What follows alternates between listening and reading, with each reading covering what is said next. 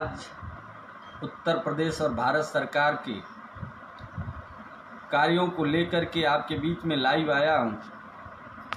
मैं सर्वप्रथम वेलवान घाटी में जो हमारे देश के 20 जवान शहीद हुए हैं, मैं उनको श्रद्धा सुमन अर्पित करता हूँ। साथ ही साथ घायल नौजवानों के स्वस्थ होने की कामना करता हूँ। आज सर्वप्रथम मैं उत्तर प्रदेश सरकार के विषय में कहना चाहता हूँ कि आप ने गड्ढा मुक्त उत्तर प्रदेश बनाने की बात किया था, लेकिन मैं उत्तर प्रदेश के मुख्यमंत्री योगी जी से कहना चाहता हूँ, जो आपके निकट जनपद मऊ विधानसभा घोसी आपके निकट जनपद से आता है, आप कभी घोसी से मोहम्मदाबाद गोना राजमार्ग पे अपने अधिकारियों को भेजने का कष्ट करें, अपने प्रतिनिधियों को भेजने का कष्ट करें, क्योंकि आज मोहम्मदाबाद से लेकर के घोसी विधानसभा तक जो सड़क की दुर्दशा है, यह कहने में कोई गुरेज नहीं है कि सड़कों को देखने से ऐसा लग रहा है कि एक महाभारत में लोगों ने कहा कि नारी बीच सारी है कि सारी ही में नारी है। आज उत्तर प्रदेश की घोसी विधानसभा से लेकर के देवलास मार्केट तक की जो सड़क की हालत है, देखने से ऐसा प्रतीत हो रहा है कि ये सड़क है ही नहीं, यह गड्ढे में सड़क बनाई गई है। आज कोई भी व्यक्ति अगर अपने ज़रूरत से उस मार्ग से राजमार्ग से जाना चाहता है तो निश्चित रूप से उसको 3 से 4 घंटे पहले घर से चलना पड़ता है, क्योंकि जो सड़क है वो गड्ढा युक्त नहीं है, ये सड़क ही गड्ढे में है।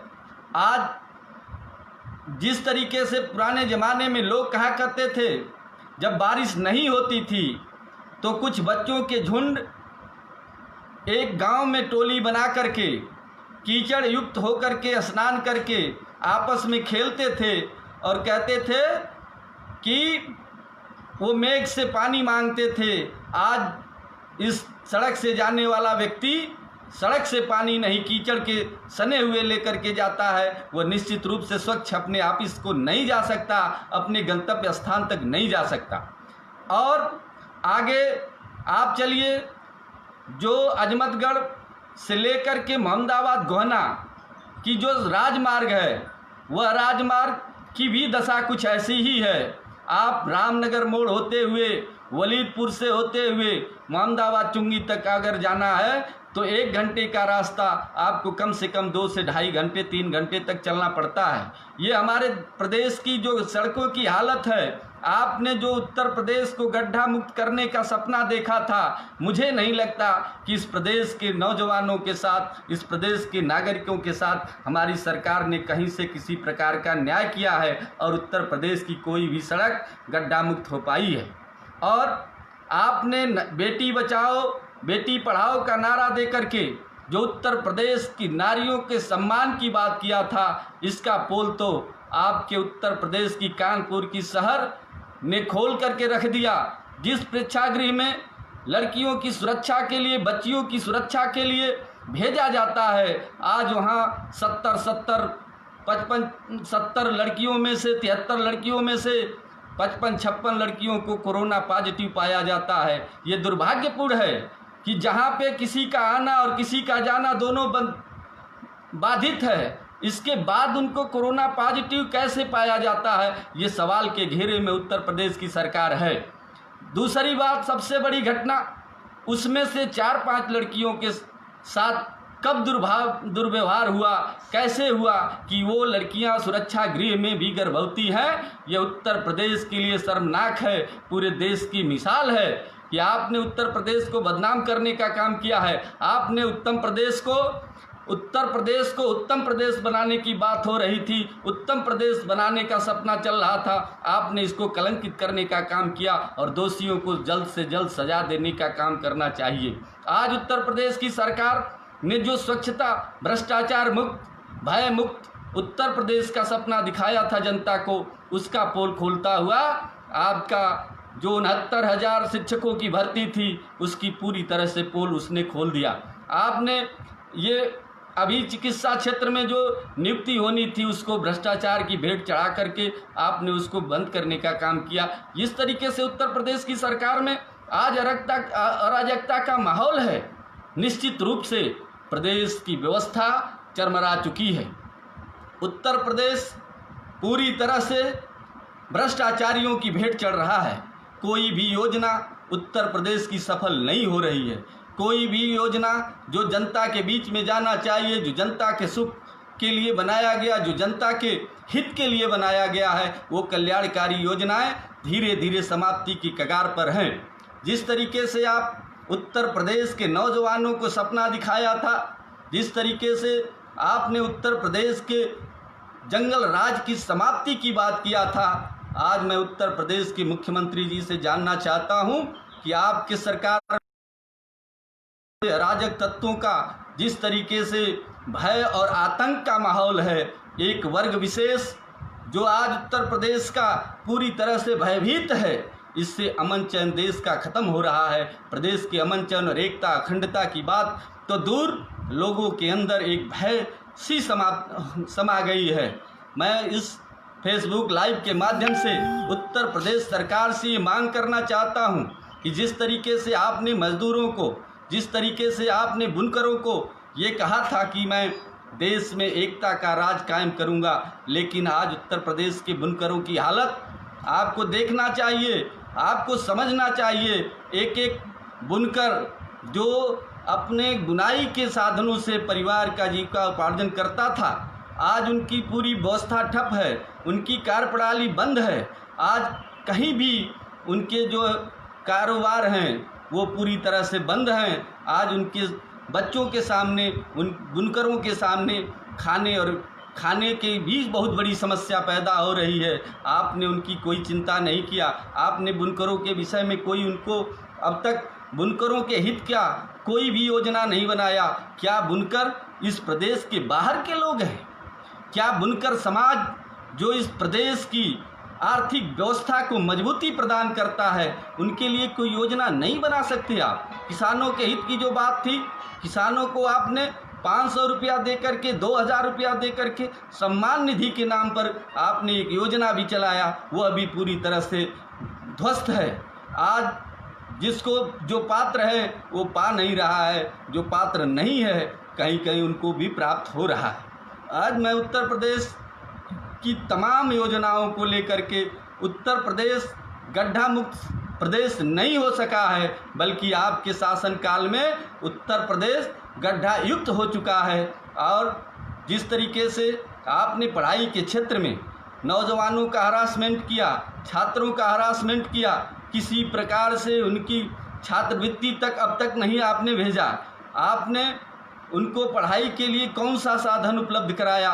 जब विद्यालय बंद हैं, उनको किताबें मुफ्त नहीं मिल रही हैं, मुफ्त किताबें नहीं मिल रही हैं, उनको शिक्षा नहीं प्राप्त हो रही है। आने वाली आपने परीक्षा की तिथियां घोषित करने जा रहे हैं, ये छात्रों के साथ निश्चित रूप से एक प्रकार से छलावा है, उनके साथ विश्वासघात है। मैं देश की सरकार से कहना चाहता हूं, आज भारत की सीमावर्ती राष्ट्र भारत के खिलाफ खड़े हैं, जबकि आज से प्राचीनतम काल से जो हमारे अगल बगल के देश हैं वो भारत के सहयोगी राष्ट्र के रूप में प्रदर्शित होते थे। उनको आज देश की सरकार एकता और अखंडता की बात करती थी, अब आप देश की एकता अखंडता को खंडित करके तार तार कर दिया आपने। मैं पूछना चाहता हूं कि आपने कहा था मेरा 56 इंच का सीना है, वो सीना चीन के बॉर्डर पे कहाँ चला गया?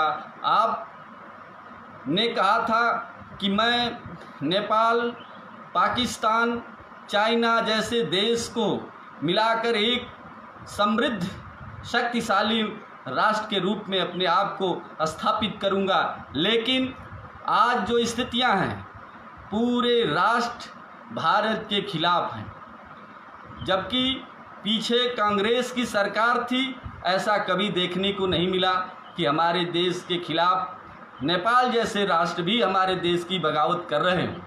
चीन की बात तो हमेशा लोगों ने हमेशा सतर्क रहने का काम किया।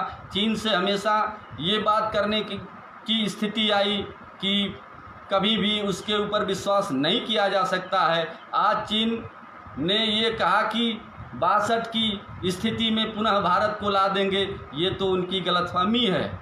भारत वो 62 वाला देश नहीं है। आज भारत संसाधनों से संपन्न, सैन्य बलों की जो ताकत है, दुनिया की कोई भी सैन्य ताकत हमारे सैनिकों के सामने टिक नहीं सकती है, हमारे फौज के सामने टिक नहीं सकती है। ये चीन की गलतफहमी है। लेकिन गलतफहमी भी पैदा क्यों होती है? मजबूत न हो, दिल दिमाग का मजबूत न हो, तुगलकी फरमान जारी करता हो, रात न सोचता हो, न थिंक टैंक हो उसके पास, न कोई उसकी योजना हो। इसलिए दूसरे देश को, दूसरे मुल्क को यह कहने और सुनने का अवसर मिल जाता है कि ये हम 62 वाली स्थिति में पुनः भारत को ला देंगे।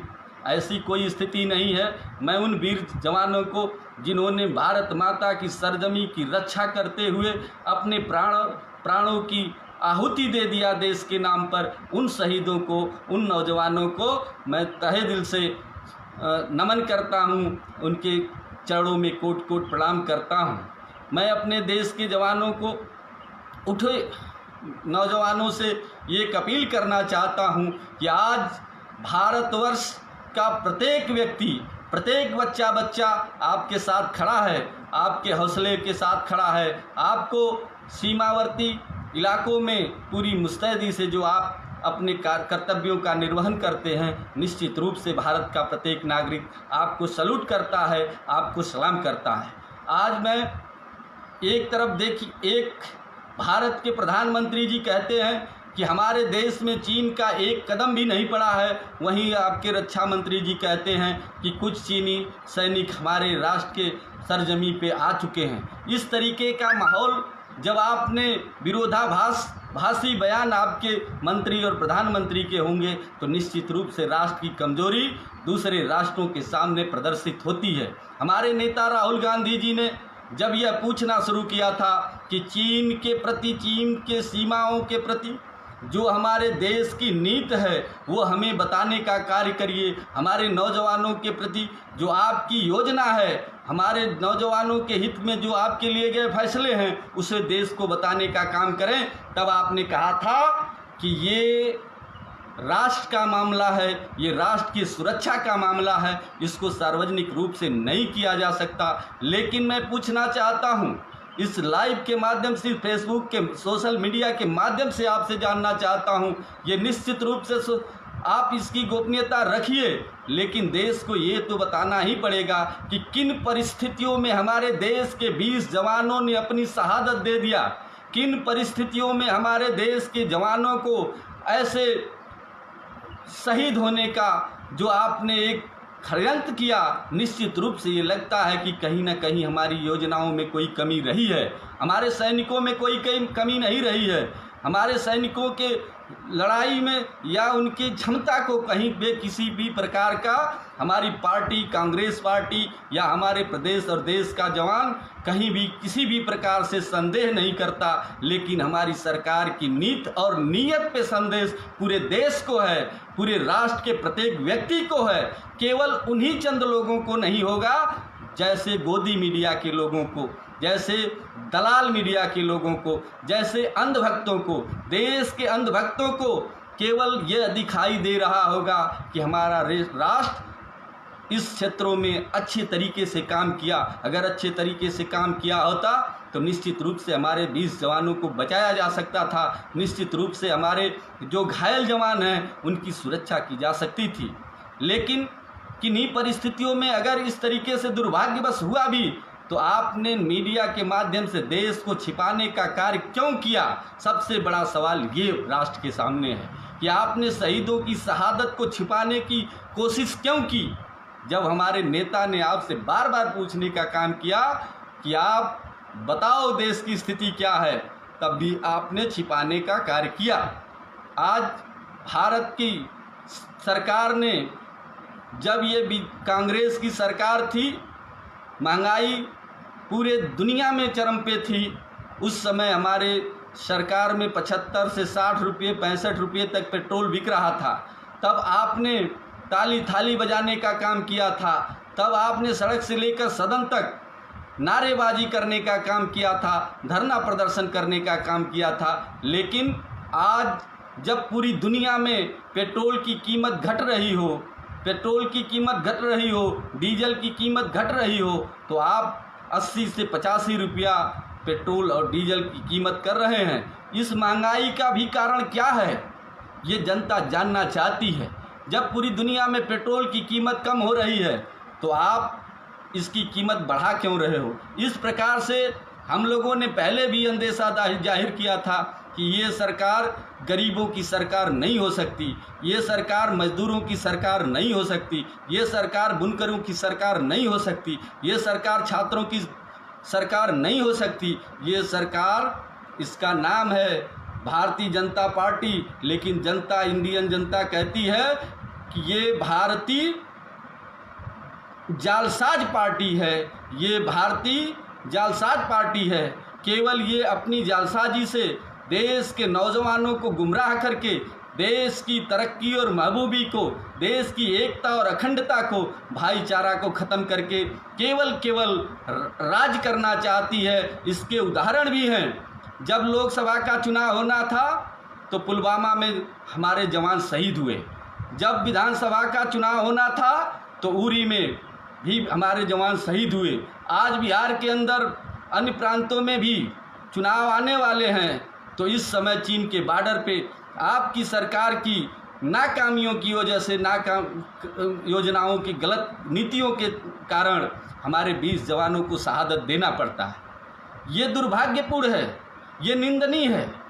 क्यों, क्या कारण है कि जब चुनाव नज़दीक होता है, सर पे होता है, तो हमारे देश के जवानों को शहादत देना पड़ता है।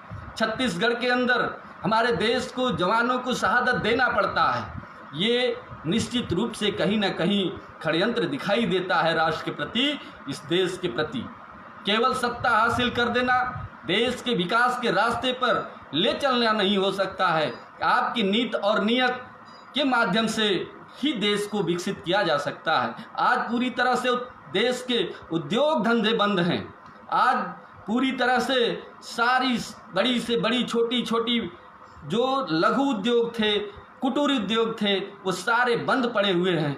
तो हमारे देश का विकास कैसे हो सकता है? देश की अर्थव्यवस्था कैसे ऊंची हो सकती है? आपने कहा था कि ये कमज़ोर सरकार नहीं, कांग्रेस की कमज़ोर सरकार है, कमज़ोर प्रधानमंत्री जी हैं। लेकिन आपको याद होना चाहिए कि जब पूरी दुनिया के शक्तिशाली राष्ट्रों के 45 बैंक दिवालिया घोषित हो रहे थे, उस समय माननीय हमारे परम आदरणीय श्रद्धेय डॉक्टर मनमोहन सिंह जी के नेतृत्व में ये देश का एक भी बैंक दिवालिया नहीं घोषित हुआ, बल्कि इस देश ने ग्रोथ किया।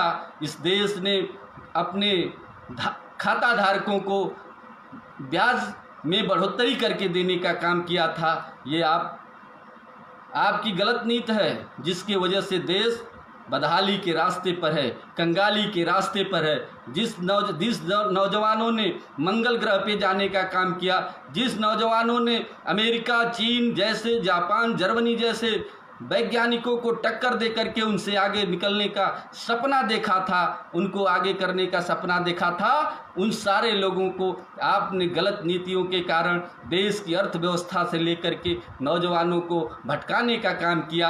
आपने पढ़े लिखे नौजवानों को पकौड़ा तलने का व्यवसाय देने का काम किया। इन्हीं सब शब्दों के साथ आपकी घोर निंदा करते हैं। भारत सरकार और प्रदेश सरकार की हम घोर निंदा करते हैं। जय हिंद, जय